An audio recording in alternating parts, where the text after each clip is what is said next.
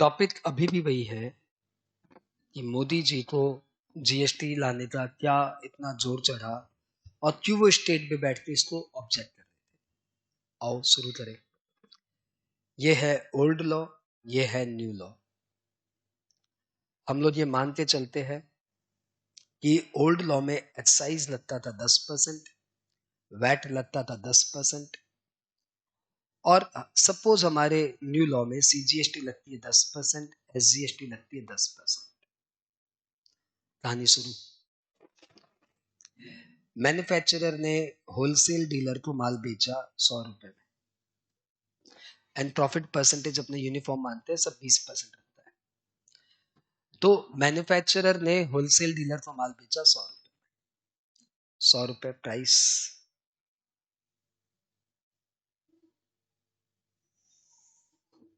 Sale price 100 रुपए। इस पे लगी एक्साइज 10, 110, और वैट लगा 10% यानी 11 रुपए। 121 में कंज्यूमर के पास माल पहुंच गया। हाँ, होलसेल डीलर के पास माल पहुंच गया। सीजीएसटी 10, एसजीएसटी 10, होलसेल डीलर के पास 120 रुपए में माल पहुंच गया। ठीक है, इसकी उसको अब आ जाए wholesale dealer. Wholesale dealer excise की क्रेडिट नहीं लेगा। क्यों? क्योंकि जब उसको एक्साइज देना ही नहीं है तो एक्साइज की क्रेडिट लेके क्या करेगा। लेकिन वो वैट की क्रेडिट ले लेगा 11 रुपए। ये क्या लिया उसने? आईटीसी। यहां पे होलसेल डीलर सीजीएसटी की भी क्रेडिट ले लेगा और एसजीएसटी की भी क्रेडिट ले लेगा।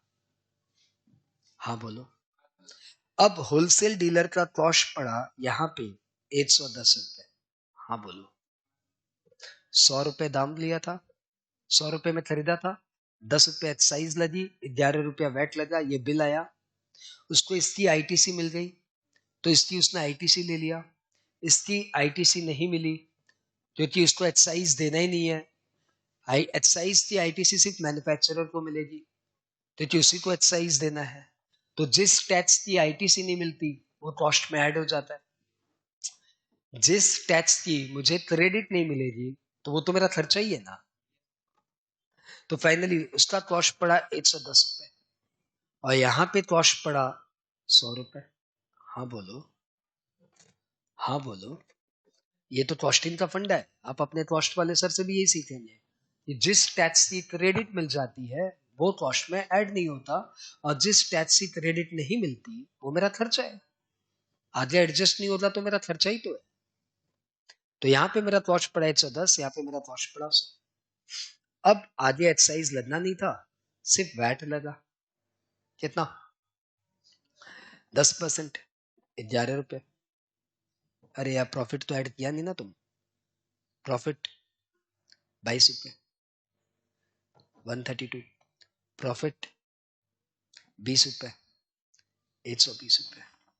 हाँ, अब एक्साइज तो लगा नहीं, वैट लगा 13 रुपए 20 पैसे, सब साथ में रहना भाई। 145.2। यहाँ पे सीजीएसटी पड़ा 12, एसजीएसटी पड़ा 12, दाम पड़ा 144। कहानी क्लियर? गवर्नमेंट के पास कितना पहुंचा? गवर्नमेंट के पास मैन्युफैक्चरर ने पे किया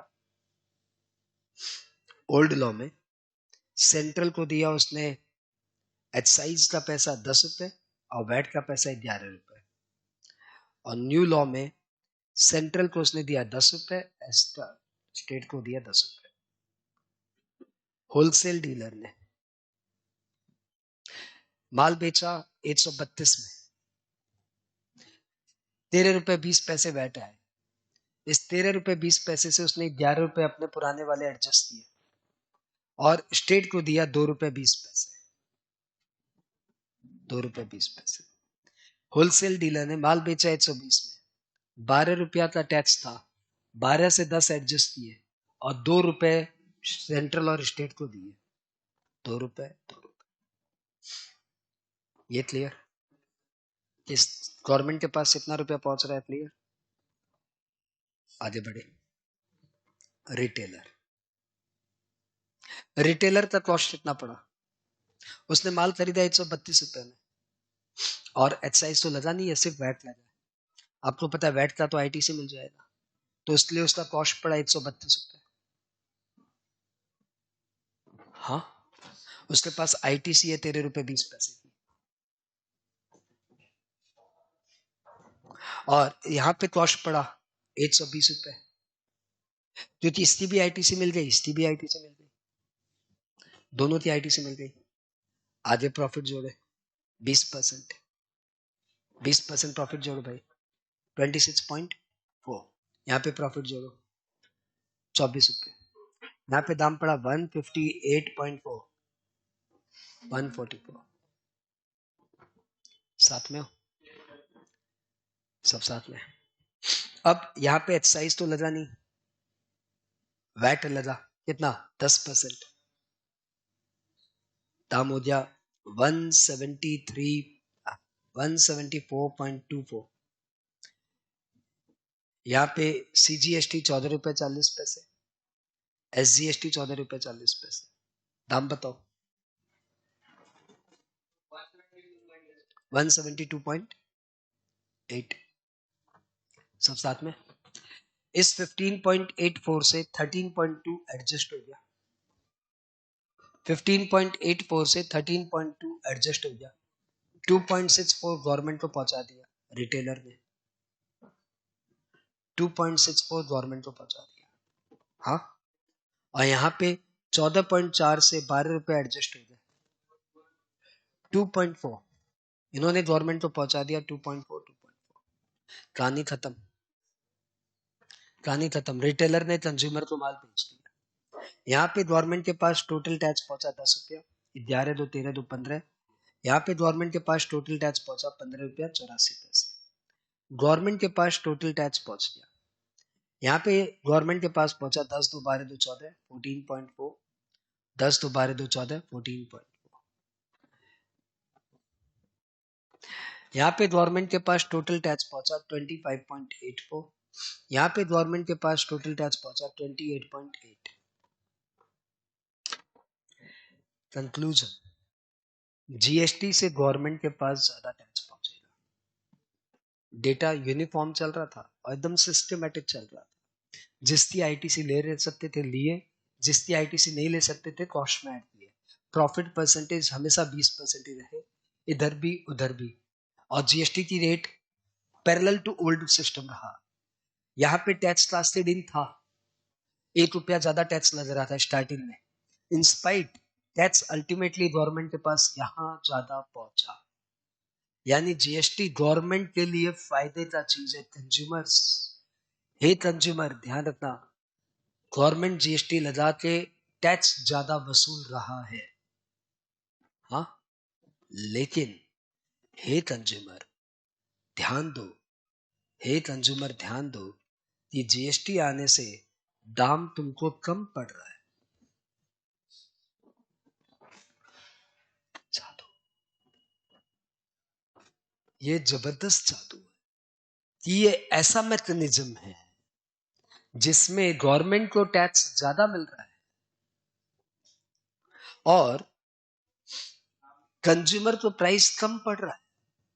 ये क्या जादू है, इसका तो पता लगाना पड़ेगा भाई, लेकिन छोड़। फायदा ये है कि कंज्यूमर को दाम सस्ता पड़ रहा है और government as a whole, central हो या स्टेट हो वो सब बात बाद में करेंगे, government as a whole tax ज्यादा। सोच भी नहीं सकते भाई, ये कैसे हुआ कि कॉस्ट वही लिए, प्रॉफिट परसेंटेज वही लिए, कॉस्ट वही लिए, प्रॉफिट परसेंटेज वही लिए, कंज्यूमर को दाम कम पड़ा, गवर्नमेंट के पास टैक्स ज्यादा पड़ा, कॉस्ट वही था, प्रॉफिट वही था। मिरेकल, पजल नहीं, जादू हो गया। अब यहाँ पे इकलौती बात ध्यान देने की है कि स्टेट को यहाँ पे पैसा बहुत ज्यादा मिल रहा है, 15.84, और यहाँ पे बराबर मिल रहा है। इसलिए मोदी जी जब इस चेयर पे थे, स्टेट गवर्नमेंट की चेयर पे थे, तो बोल रहे थे भैया जीएसटी आने नहीं दूंगा, तेरे को बहुत मजे मिल जाएंगे और मेरे को नुकसान हो जाएगा। और जब वो सेंट्रल की चेयर पे आए तो बोले मैं जीएसटी लाते रहूंगा, मेरे को इतना नुकसान हो रहा है।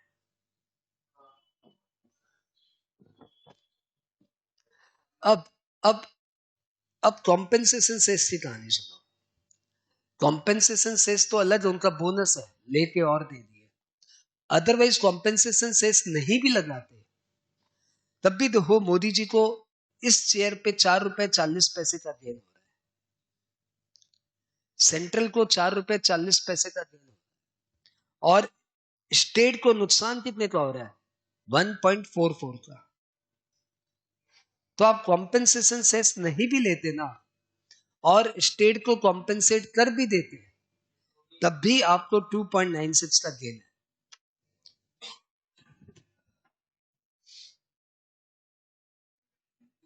पता नहीं क्या जादू है, गजब जादू है ये,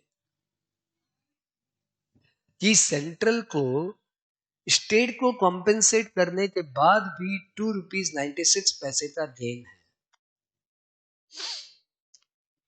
और अपना तो फायदा अलग ही है भाई, लेबल पे फायदा।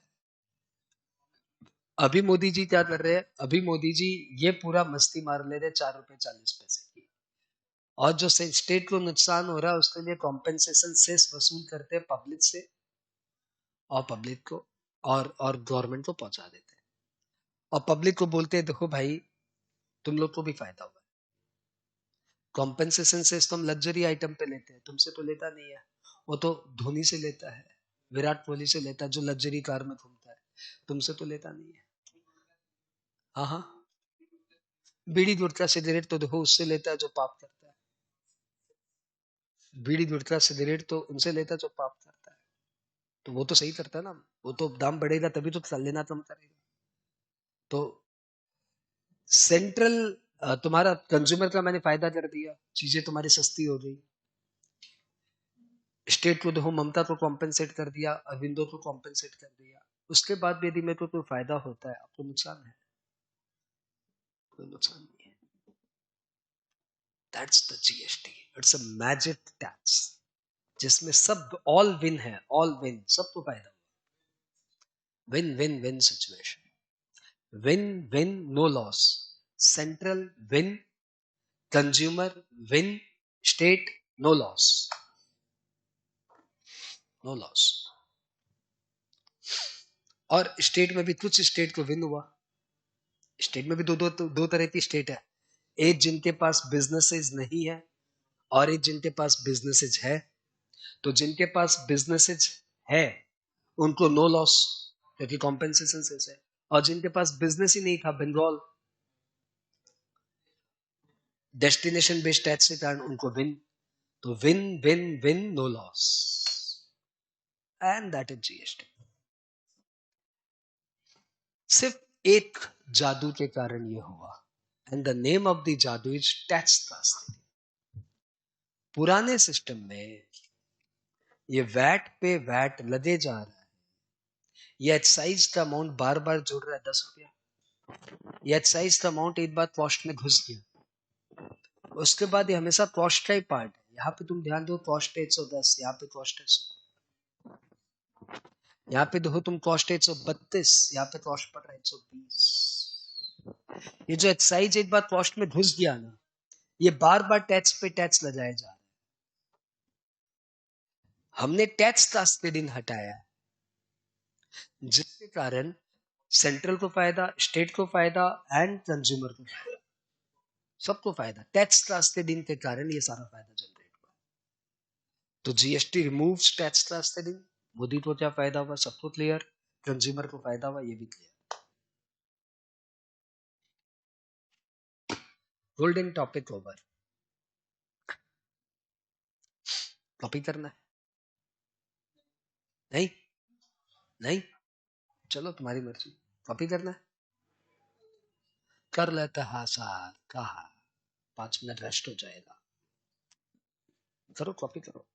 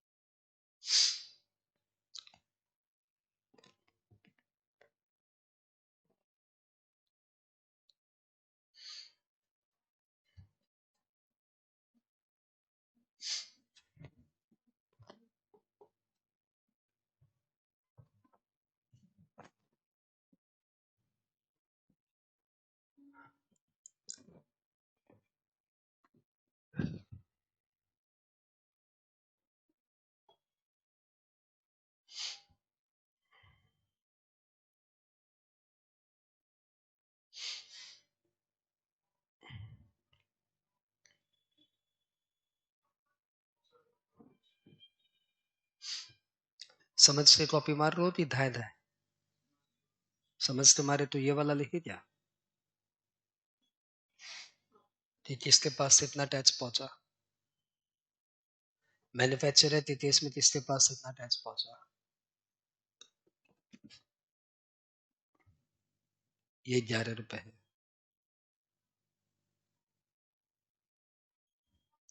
अब आइए होलसेलर में। अब आइए होलसेलर में।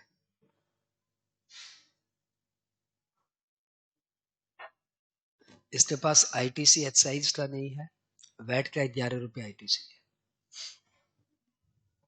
यहाँ पे ऑब्वियसली सीजी का भी आईटीसी है, एसजी का भी आईटीसी है।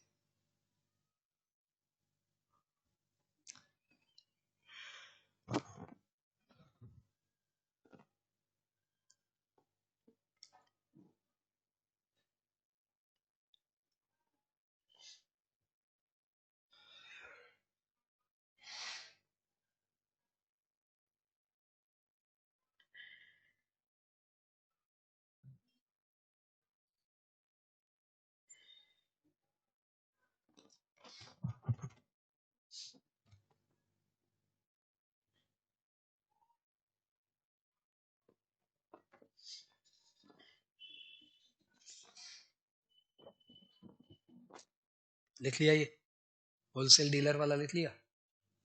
अरे हाँ बोलो। तो फिर ये भी बता दो कि गवर्नमेंट के पास इतना टैक्स पहुंचा। सेंट्रल गवर्नमेंट के पास होलसेलर का कोई पैसा नहीं पहुंचा, लेकिन स्टेट गवर्नमेंट के पास वैट पहुंचा 2 रुपया 20 पैसा। न्यू सिस्टम में 2 रुपया पहुंचा।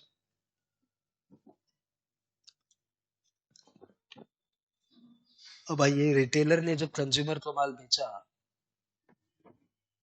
तो क्या हुआ?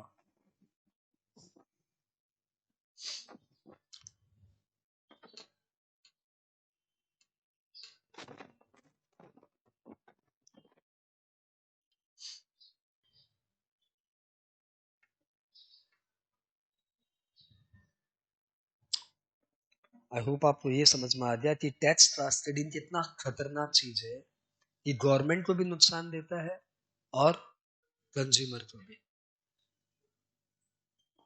और बिजनेसमैन को भी नुकसान देता है। टैक्स लग गया और आईटीसी मिला नहीं।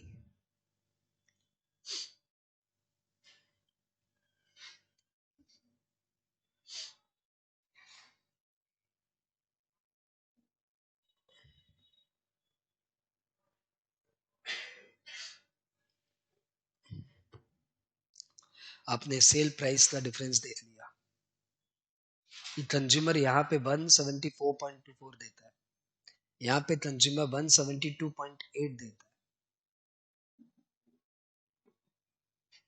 आई होप आप ये सब फील कर पा रहे हो।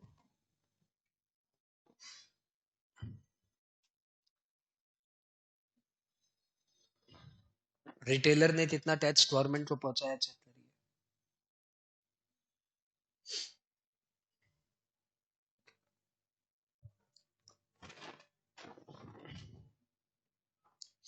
इस तरीके से गवर्नमेंट के पास इतना टैक्स पहुंचा, ये भी चेक कर लीजिए। 10 and 15.84 दोनों मिलाते 25.84 का टैक्स पहुंचा। 14.4 and 14.4 दोनों मिलाते 28.8 का टैक्स पहुंचा।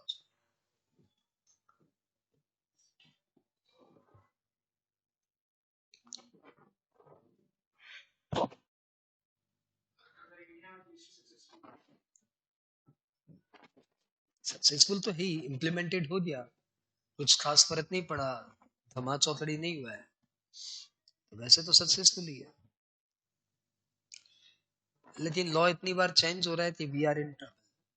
वी आर मतलब business houses are in trouble. Law बार बार चेंज हो जा रहा है तो कंफ्यूज हो जाते हैं। हम लोग को फायदा है,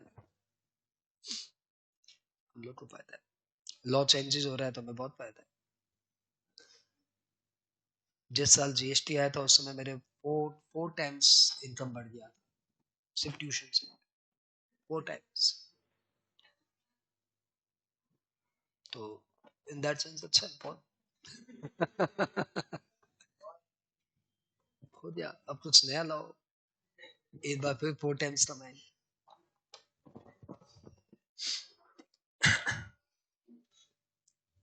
लॉ बार बार चेंज हो रहा है ना, इससे पब्लिक नाराज।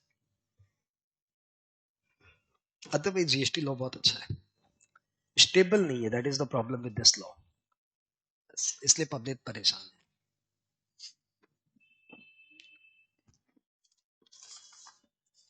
बट आपको इतना ज्यादा एक्सपेक्टेशन नहीं रखना चाहिए किसी चीज से। इंडिया भर में इतना बड़ा नया लॉ आएगा और आप सोचते हो एक बार में आ जाएगा, सही। आपको सर्विस टैक्स की कहानी सुनाता हूँ कैसे आया, फिर आप जीएसटी की कहानी सुनो। Approach of Manmohan Singh and approach of Modi सरकार, अप्रोप्रिएट कोई नहीं है, किसी की अप्रिसिएशन नहीं हो रही है, किसी की डेप्रिसिएशन नहीं हो रही है, लेकिन दो तरीके होते हैं एक लॉ को लाने, दोनों ही गलत ढंग से लाए गए। मनमोहन सिंह ने सर्विस टैक्स लाया था 1995 के करीब, 1994 में। उन्होंने बोला सिर्फ 3 सर्विसेज पे सर्विस टैक्स लाता हूँ, सिर्फ 3 सर्विसेज पे। हम लोग लगाने तो हमारे क्या, हमारे ऊपर थोड़ी है। और फिर धीरे धीरे करते करते और टैक्स लाया सिर्फ 5%, 3 सर्विसेज पे लगेगा और 5% लगेगा। फिर धीरे धीरे इसका ऐसा ये साइज बढ़ाते गया बढ़ाते गया बढ़ाते गया बढ़ाते गया कि धीरे धीरे इसने बोला कि सब सर्विसेज पे सर्विस टैक्स लगेगा, एक्सक्लूडिंग 10-12 सर्विस तो छोड़, मतलब इंडिया की जितनी तरह की सर्विस है सब पे सर्विस टैक्स लगेगा। और रेट लास्ट में जाते जाते हो गई 15%। हर साल 5-6 सर्विस बढ़ती जाती, 10-12 सर्विस बढ़ती जाती, 20-22 सर्विस बढ़ती जाती, धीरे धीरे लास्ट में हो गया सब पे लगेगा, इन 12-13 तो छोड़ गए। और रेट भी 5 का 7, 7 का 10, 10 का 12, 12 का 15। मोदी सरकार ने एक साथ ला दिया धूम, बम फोड़ दिया, परमाणु बम छोड़ दिया। अब धीरे धीरे हटा रहे, नहीं इसको छोड़ देंगे, इसको छोड़ देंगे, इसको छोड़ देंगे, इसको छोड़ देंगे।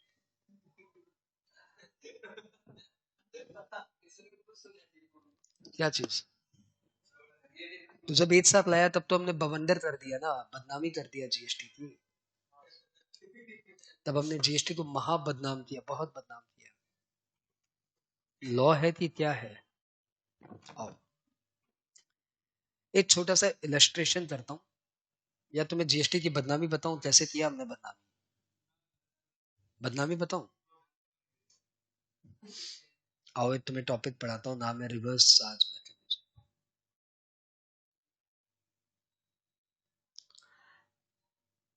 रिवर्स चार्ज मेथड,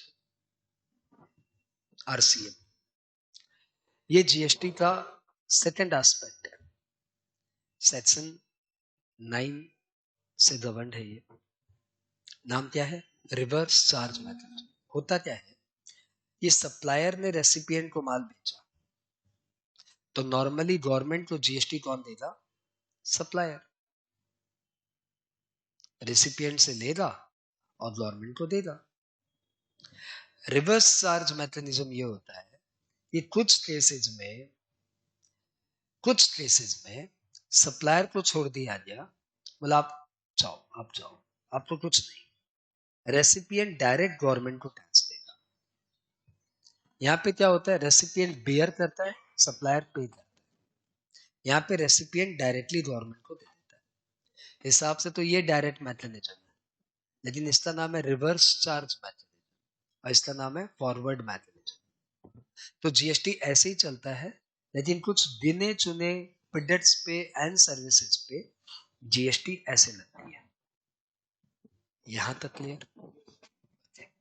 तुम्हारे मन में आता है क्यों, ये क्यों लगाया, और किस पे लगाया, और क्यों लगाया, और किस बेसिस पे फिल्ट्रेशन हो रहा है, कि किस पे फॉरवर्ड मैकेनिज्म, किस पे reverse charge mechanism.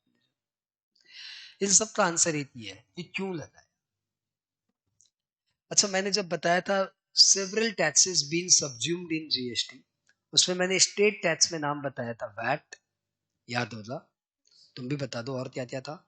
Luxury tax, और ट्रॉय, और क्या था? Entertainment tax other than local authority वाला, और परचेज टैक्स।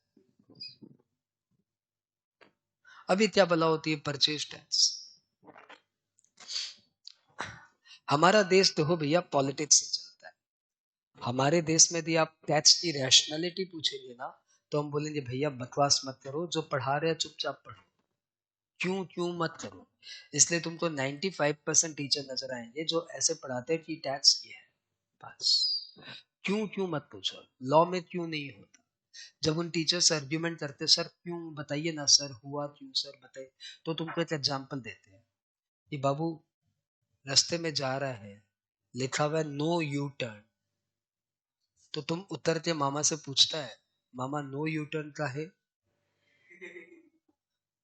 पूछता है नहीं। बस तुमको मामा क्या बोलेगा, नो मतलब नो।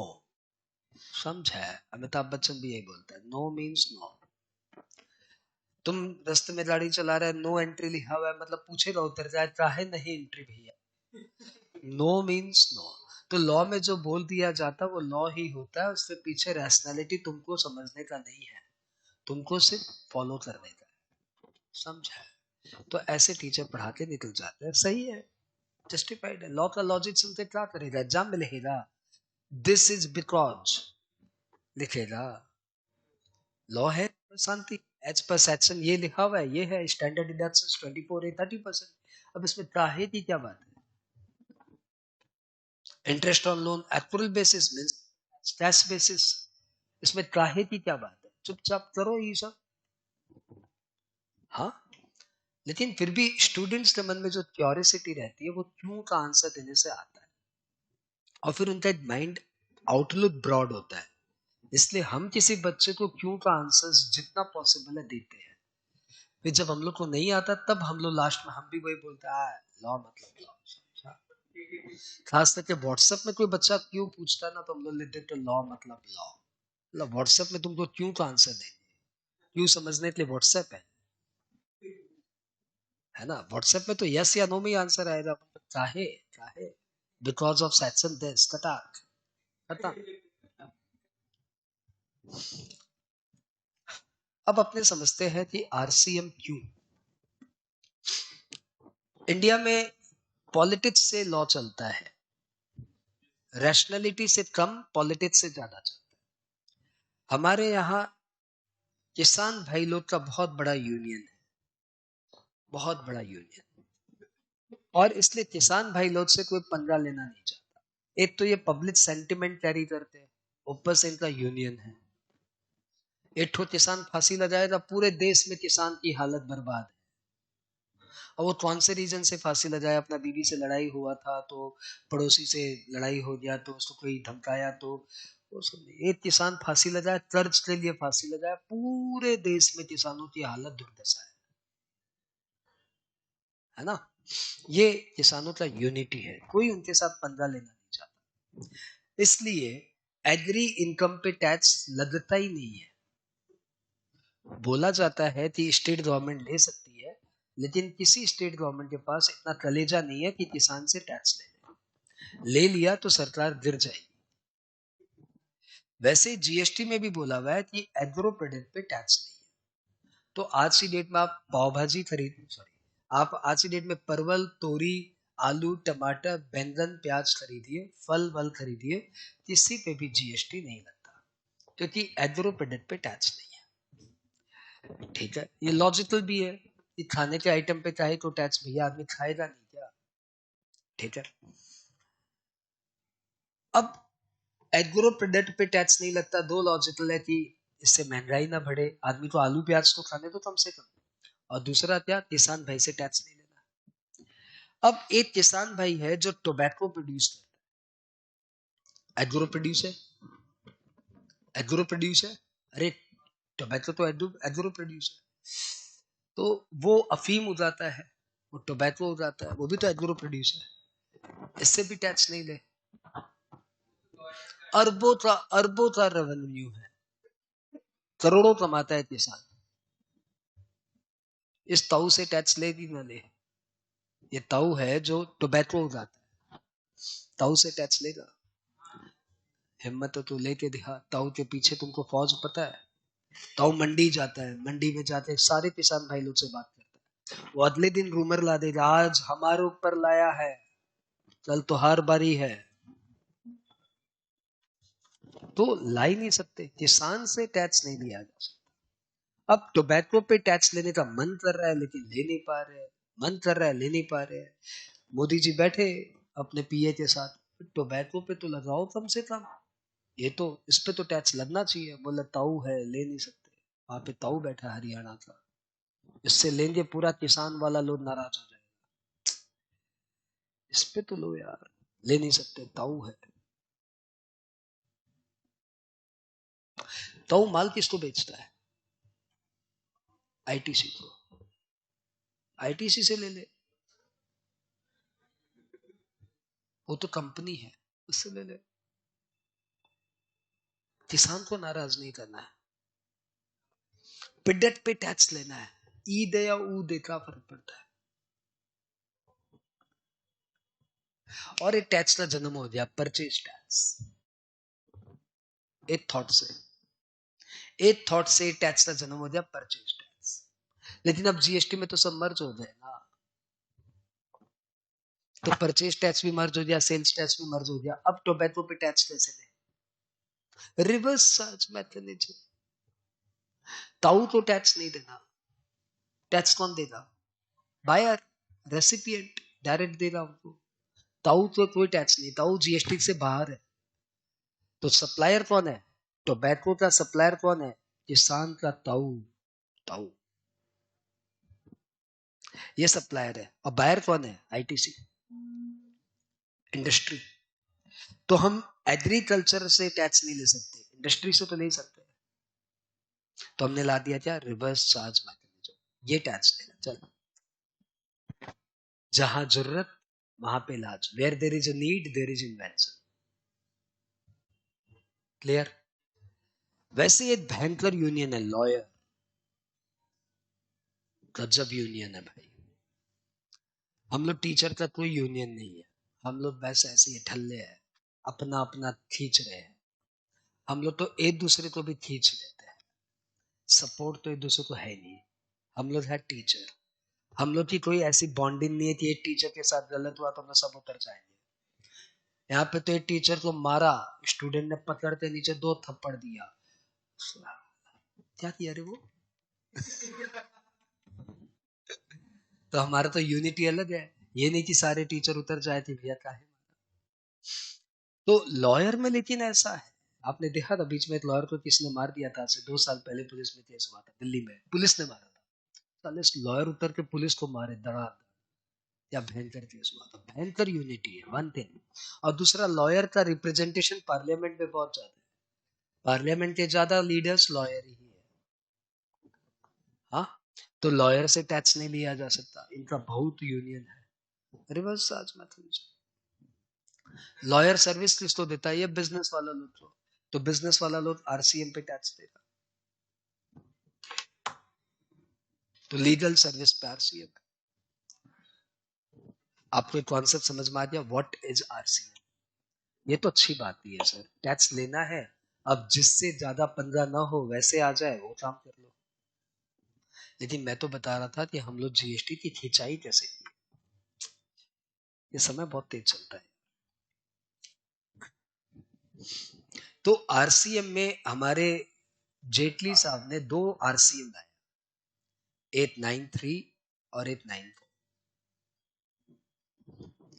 एक तो जो परचेज टैक्स वाले आइटम थे ना, उनको उन्होंने आरसीएम में डाल दिया, कोई खास बुराई नहीं है, वो नॉर्मल है, उससे हम लोग एक्वेंटेड थे। फिर ये जेटली साहब का, देखो अब तो चले गए, कुछ बोलना नहीं चाहिए उनके बारे में, जेटली साहब को हटा देते, अपने सरकार बोलते हैं। हाँ सरकार, सरकार का क्या है ना, दिल मांगे मोर बहुत मांग सकते हैं, दिल मांगे मोर, ये हम लोग से बेसी सरकार का कॉन्सेप्ट, बहुत ही भीतर लालची है, कैसे भी और आ जाए, कैसे भी और आ जाए, कैसे भी और आ जाए।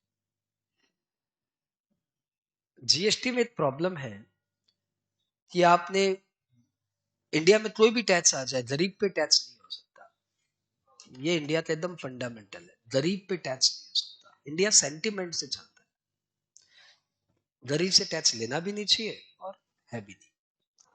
तो इंडिया में बोला गया कि रजिस्ट्रेशन पे जीएसटी देना पड़ेगा, और रजिस्ट्रेशन उनको कराना है जिनका टर्नओवर 40 लाख के ऊपर।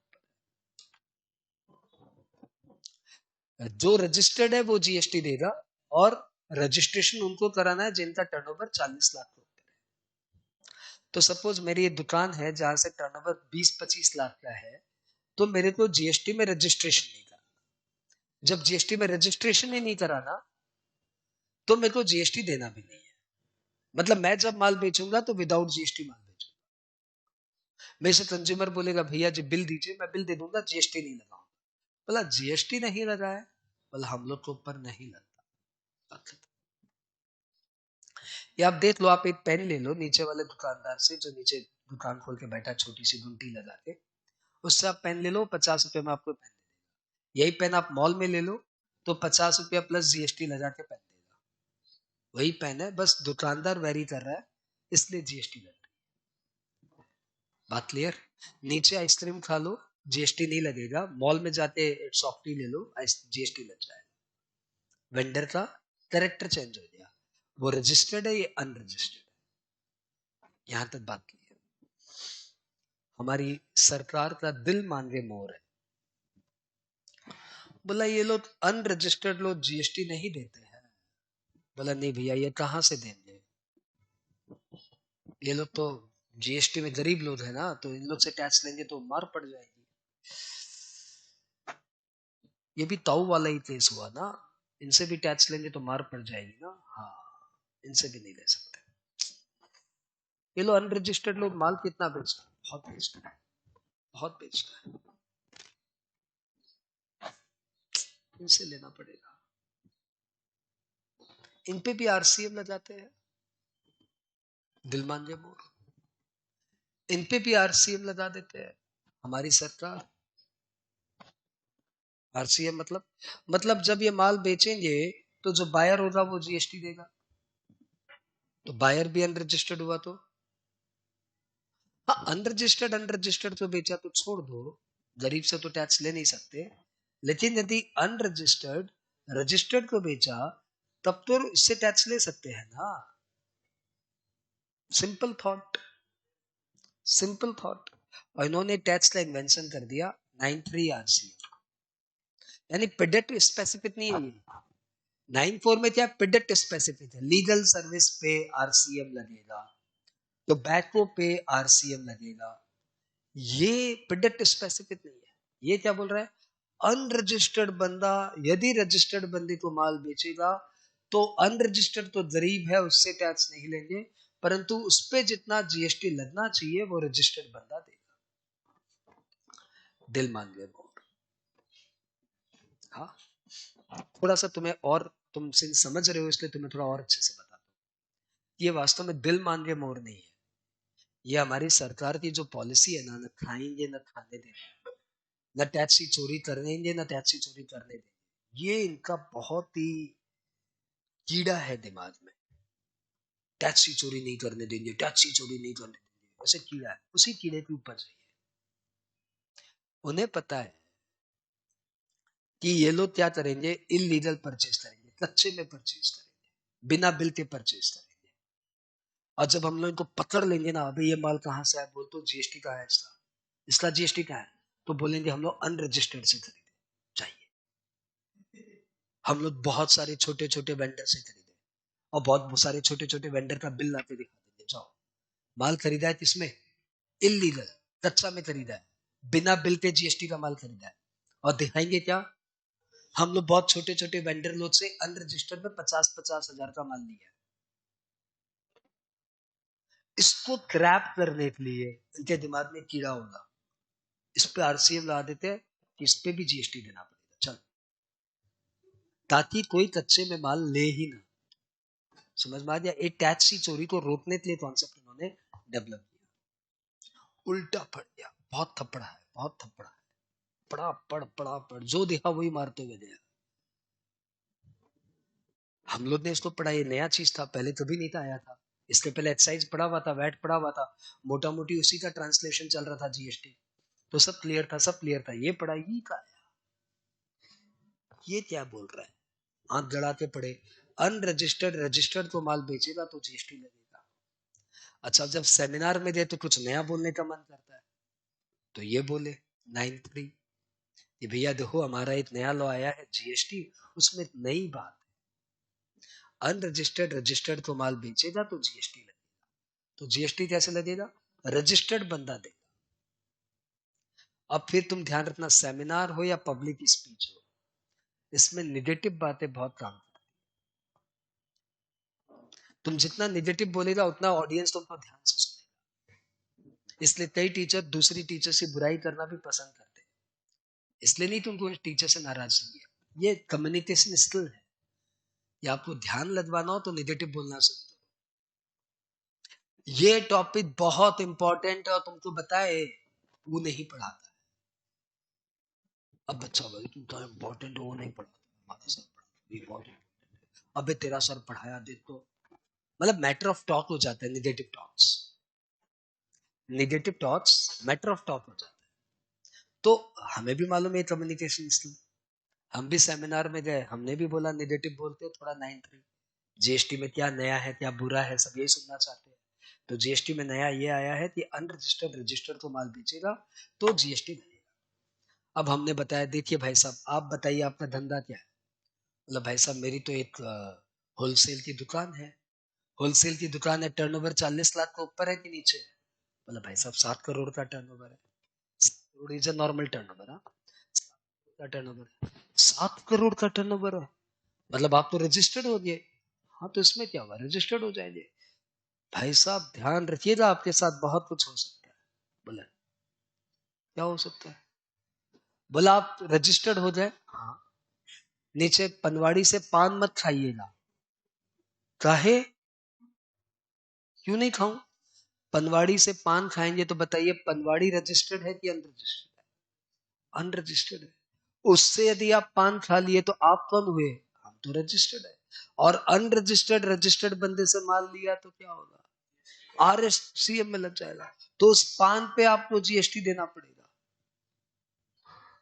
साला डर गया क्या बोल रहा है। नीचे दुकानदार से, ये जो सड़क पे खड़े होकर जो चाय पीते हैं ना आप लोग, चाय अड्डा पे पीना बंद कर दीजिए। सिर्फ रेस्टोरेंट में, अच्छी रेस्टोरेंट में जाके चाय पीजिए। काहे? क्योंकि वो है अनरजिस्टर्ड। वो चाय ढाबा वाला, चाय का छोटा गुंटी वाला, वो है अनरजिस्टर्ड। आप ठहरे रजिस्टर्ड। मोदी आके बोलेगा है तुम चाय पिया, ई नहीं दे सकता, तुम तो दे। तो आप नीचे से चाय डोसा इडली पनवाड़ी का पान कुछ भी मत ले लेना, ले लिए तो आपके ऊपर जीएसटी लग जाएगा। आप नीचे वाली दुकानदार जो छोटी दुकानदार है ना, उनसे कुछ मत लीजिए। आप भाई साहब क्या करते हो? हम तो भैया जी एक छोटे मोटे दुकानदार है, टर्नओवर हमारा तो भैया 30 लाख ही है, भगवान भला करे। बोला आपका कौन सा भगवान भला करे? आप 30 लाख वाले, हाँ, अनरजिस्टर्ड है, हाँ, जीएसटी नहीं देना, नहीं देना, आपका धंधा चौपट, जाइए। बोले क्या है? बोले ये सब लोग जो पहले आपसे माल लेते थे ना, अब आपको बोलेंगे अछूत। अछूत आदमी हो तुम। काहे सर, काहे? क्योंकि तुमसे जो जो पान लेगा उसको उस पान पे जाते जीएसटी देना पड़ेगा। वो कपड़ा बेचता है, उसको कपड़े का जीएसटी का प्रोविजन पता है, उसको पान का जीएसटी का प्रोविजन थोड़ी सीखना है। उसको वो पान लेगा चाय लेगा सबका जीएसटी सीखता रहेगा। पान पे क्या रेट है, चाय पे क्या रेट है, स्टेशनरी पे क्या रेट है, सब सीखता रहेगा। वो तुम लोग से माल ही लेना बंद कर देगा। वो सिर्फ वहीं से माल लेगा जहां पे जीएसटी बिल मिलता है। एग्जैक्टली यही हुआ। ये हम लोग ने टोन टोन में सुनाया, लेकिन एग्जैक्टली यही हुआ। हर सेमिनार में हर स्पीकर यही बात बोल रहे हैं। ये बात इन लोग रजिस्टर्ड वालों को अच्छे से समझ में आ गई। सारे रजिस्टर्ड वालों ने टेंडर भेज दिया। टेंडर की one of the condition, you should have GST IN. आपका जीएसटी रजिस्टर्ड होना चाहिए, नहीं तो we are not going to purchase from you. कौन हुज्जत करे? कौन फालतू के अनरजिस्टर्ड से माल ले फिर उस पर जीएसटी दे, उसका रेट पता करे क्या है क्या नहीं है, और फिर डिपार्टमेंट आके पूछेगा क्या है अनरजिस्टर्ड से लिए। हटाओ ना। अपने तो सिर्फ रजिस्टर्ड बंदे से माल लेना। सारे रेसिपिएंट, सारे बायर्स ने अपने टेंडर में कंडीशन डाल दी, यू शुड हैव जीएसटी है। नतीजा और हुआ, जितने भी अनरजिस्टर्ड बंदे थे ना, ये सब दौड़ दौड़ के जीएसटी में रजिस्ट्रेशन करा लिए, क्योंकि इनको मालूम पड़ गया कि हमारा धंधा चौपट हो जाएगा। इनका टर्नओवर 20-25 लाख ही था, लेकिन बोले ना भैया कुछ भी हो रजिस्ट्रेशन दे दो। वॉलंटरी रजिस्ट्रेशन तो है ही, आप अपनी मर्जी से रजिस्ट्रेशन तो करा ही सकते हो। तो सब ने जीएसटी में रजिस्ट्रेशन करा लिया दौड़ धूप करके। नतीजा ये हुआ कि अनरजिस्टर्ड बंदे नजर आने बंद हो गए। अब ये छोटे मोटे वेंडर अपना जीएसटी में रजिस्ट्रेशन तो करा लिए, जिंदगी में एक वैट रिटर्न नहीं भरे, जिंदगी में इनकम टैक्स रिटर्न नहीं भरे साल में एक वाला, ये जीएसटी में मंथली रिटर्न क्या भरेगा। और करना शुरू किया, अब जीएसटी क्या आया, हमारा तो लाइफ ही तबाह हो गया, बर्बाद हो जाए। साला दिन भर जीएसटी जीएसटी माथा चढ़ गया है ये मोदी को।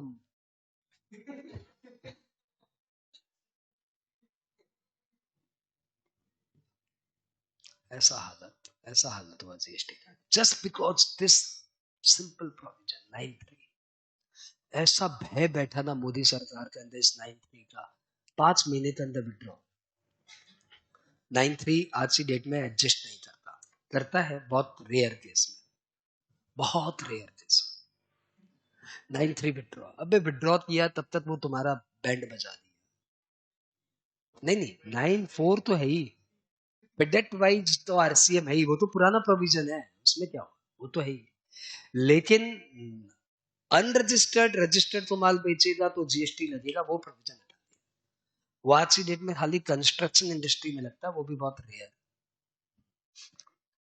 सबसे हटा दिया डर के मारे, 5 महीने के अंदर हटा दिया। लेकिन हटाने से पहले ये बदनामी कर चुका था, क्योंकि हजारों लोग जीएसटी में रजिस्टर्ड करा चुके थे। अब गाली दिए जा रहे हैं, काम किए जा रहे हैं। और लोगों का ये, सप्लायर लोग का ये ट्रेडिशन हो ही गया, ये हम लोग रजिस्टर्ड बंदों के साथ ही काम करें। ये ट्रेंड मार्केट में आ चुका था इसके हटने से पहले पहले। ये जीएसटी को सबसे बेसी नुकसान पहुंचाने वाला सेक्शन है 9(3). लॉ मेकर्स को हमेशा ध्यान रखना चाहिए, छोटी छोटी बातें आपको बर्बाद कर सकती है। अरे करवा लिया ना रजिस्ट्रेशन, कंप्यूटर खरीद लिया ना, सिस्टम 3-4 महीने में सीख लिया ना। और अभी भी तो सप्लायर यही बोलता है ना, रजिस्टर्ड वाले से ही काम करेंगे। सप्लायर की कम्युनिटी में तो ट्रेंड आ ही गया ना, वो लोग एक बार टेंडर दे चुके हैं, अब उनको भी आसान लगता है कि जीएसटी वाला बिल आता है, हम लोग वही काम करेंगे ना यार, हम लोग सारा व्हाइट पे ही काम करेंगे ना। देख, 90% अच्छी कंपनी छोटी मोटी टैक्स की चोरी करना नहीं चाहती। उनके पास कोई 700-800 करोड़ का टैक्स का कोई आया कि यहाँ पे इतनी लंबी चोरी से इतना लंबा फायदा हो सकता है, तो दे मे थिंक। परंतु तुम बोले 5,000 का फायदा टैक्स की चोरी कर लीजिए, वो बोले कभी नहीं करूंगा। तुम बोले 2 लाख का फायदा आप टैक्स की चोरी कर लीजिए, वो बोले कभी नहीं करूंगा। 2 लाख के लिए जेल थोड़ी जाऊंगा, 700 करोड़ का है तो फिर दूसरी पॉलिसी लगाएगा, लेकिन छोटी मोटी चोरी नहीं करेगा। कोई भी बिजनेस हाउस, जिस किसी भी कंपनी में जाओ ना, कभी बॉस को ऐसा चीप सजेशन मत देना, वो झाड़ पे भगा देगा, बकवास मत कर, कहां से आया। हम लोग कोई उल्टा काम नहीं करेंगे, सारा वाइट। हर बिजनेस हाउस अपनी यही पॉलिसी रखता है। तो अब वो लोग को वही अच्छा लगने लग गया कि सिर्फ रजिस्टर्ड बंदे से डील करो ना, सप्लायर कम थोड़ी है। इसलिए सारे के सारे अनरजिस्टर्ड बंदे अभी तक रजिस्ट्रेशन करा चुके हैं, कोई विड्रॉ नहीं कर रहा। होता है, होता है, आप करवा सकते हो। इफ यू आर रजिस्टर्ड, आपको रजिस्ट्रेशन नहीं हुआ रहा, आप अपना रजिस्ट्रेशन विड्रॉ करो, दैट इज ओके। लेकिन करता नहीं, 90% केसेस में कोई नहीं करता, इसलिए जीएसटी इतना बदनाम हुआ। जीएसटी बदनाम हुई डार्लिन तेरे लिए, दिस इज डार्लिन 9(3). आज तो भाई फिर